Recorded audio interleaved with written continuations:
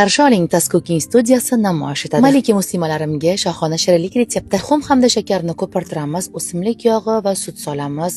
Un, kakao razrihlisini elakdan o'tkazib solib aralashtiramiz. Pishirish uchun biskitni pechga yuboramiz. Ikkinchi qism boshlandi. Qozonchaga sariyog', suv solamiz. Qaynab chiqqach tuz hamda un solib aralashtirib turamiz. Xamir biroz sovigach, ikkita tuxumni ketma-ketlikda chaqib solib aralashtiramiz. Ko'rsatilgandek maxsus qopchaga solib siqib chiqazamiz va pechga pishirish uchun yuboramiz. Bu orada biskitimiz ham tayyor bo'ldi. Sovishga yuboramiz. Shirinlik uchun eng asosiysi mazali krem tayyorlash. 45% qaymoq hamda eng mazali, eng ishonchli sladkaya korovka zgushyonkasini solamiz va morojniy krem tayyorlab olamiz. Biskitlarimizni qolip yordamida dumaloq qilib kesib olamiz. Shohona shirinlikni terishni boshlaymiz. Biskit, krem, banan bo'lagi, atrofiga kremlarni ham siqib chiqazamiz. Mayda-mayda eklechalarimizni yopishtiramiz. 2 soatga muzlatgichga yuboramiz. Shokolad pastasi hamda o'simlik yog'ini aralashtiramiz. Ganashda ayamasdan shirinlikni ustidan quyamiz. Mazali shirinlik retsepti tayyor. Retsep yoqqan bo'lsa, nodarangizni duo qilib, mehringiz isboti yurakchani bosib qo'yishni unutmaysiz.